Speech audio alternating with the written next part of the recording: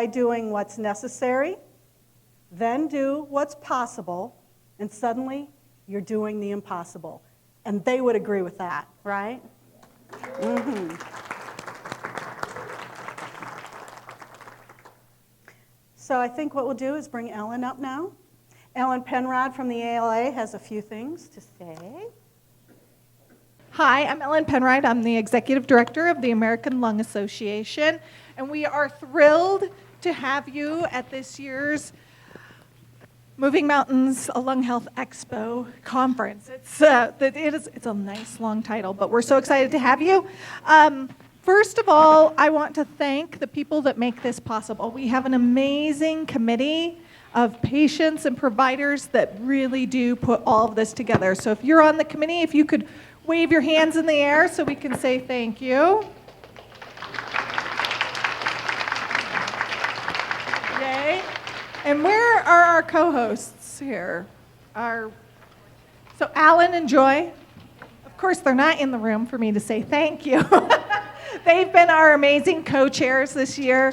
They have put in so much time and so much work, and so please make sure you do thank them for all of their work. Joy had asked me to talk to you guys a little bit about the vaping-related illness that you guys have probably heard all over the news cycle these last few weeks. And so just wanted to give you a little bit of information about that.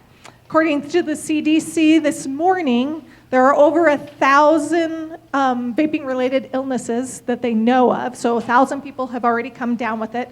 I will also tell you that these numbers are going to go up fast and they're going to go up quickly, partially because now providers are looking back at patients that they were seeing and thinking, oh, is this somebody that we need to report? So that number is going to go up quickly. Currently, we are at 18 deaths. That's 18 too many deaths from vaping related. They have not discovered why it's happening, how it's happening, all of that good stuff. So at the American Lung Association, here is our stance on vaping. Number one, don't take it up. If you are not vaping, please don't take it up. Encourage your children not to take it up. Encourage your grandchildren not to take it up. It is deadly, and we don't know the full scope of what this can do.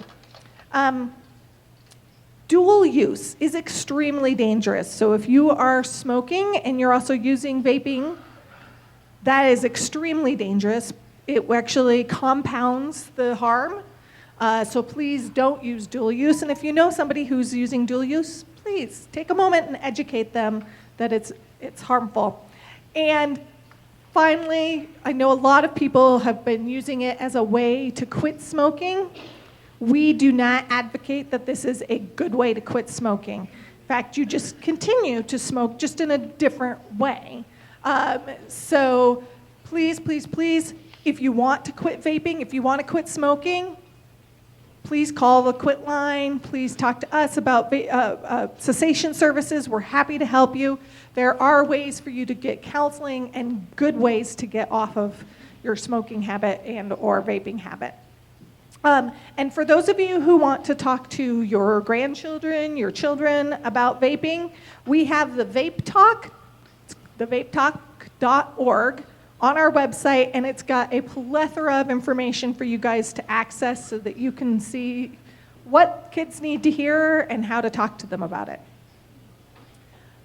So I did see Alan and Joy came in, so yay, Alan! Yay! Joy, they've been incredible. This committee is just incredible. They do this every year. They've been handling this event for 16 years, and we could not thank them enough. And Valerie's going to give you a little gift to say thank you. We have been having a very, very busy advocacy season, and we're going to go into this next legislative season with a lot on our plates. And I do want Alan, again, he's the guy who also will get you your continuing education credits, but he is also our American Lung Association in Colorado. He is the chair of our advocacy committee. So he has been hard at work. Yes, yay! He has been hard at work going out to I don't even know how many visits you've made now, talking to legislators, talking to boards, talking to the Senate and everybody about what needs to happen so that we can advocate better on your behalf. So one of the big wins that we just were involved with was the Tobacco 21 in Denver. Yay. We're very excited about that. So thank you to Alan. He actually testified. But this is our chance also to invite you to become advocates, because that patient voice is absolutely vital. I can go and talk all day to these senators and the legislator, and they're going to say, well, you're paid to say that. I'm not, but what we want is patient voices, because that's what matters and that's what's important to them. They want to hear from their constituents. So on our ALA table in the hall, there is an advocacy sign-up form, and I would really encourage you to sign up. Let us know what you want to be a voice on. We have many, many, many different topics, and please know that if you sign up, you are not saying, absolutely, I'm going to do things. We're just going to let you know that there are possibilities for you to be involved, and what actions you take are up to you, but we really need those voices. Alan, anything you want to add to that? No, I just think it's so important that if we can get representation from around the state too, it's really great. And again, we can just send you information from time to time as it comes out. You don't have to commit, so please. That's it. All right. I want to take just a second to thank all of our sponsors. So first of all, a huge thank you to UC Health. Yay. They have been our gold level sponsor now for 3 years. We could not do this without them. Thank you to Tim back there. Hi, Tim, for making sure this happens. And then our other, our silver level sponsors, Mylan, Synovian, and Ascent. So thank you guys for coming out and doing this. We really appreciate it. All right, one more thing. All right, and in your bags, you saw we have a new COPD booklet that's available from the American Lung Association. Everybody should have got one in your bags.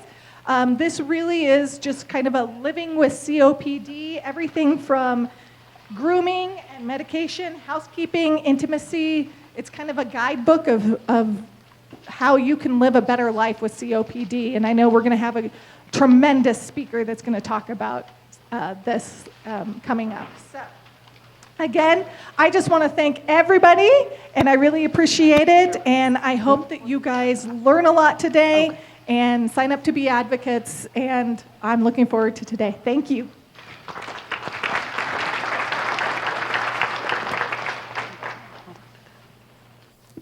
Okay, so now we're going to officially start the conference with the Lutheran Medical Center Huff and Puffers playing the national anthem. So if you would please stand if you're able.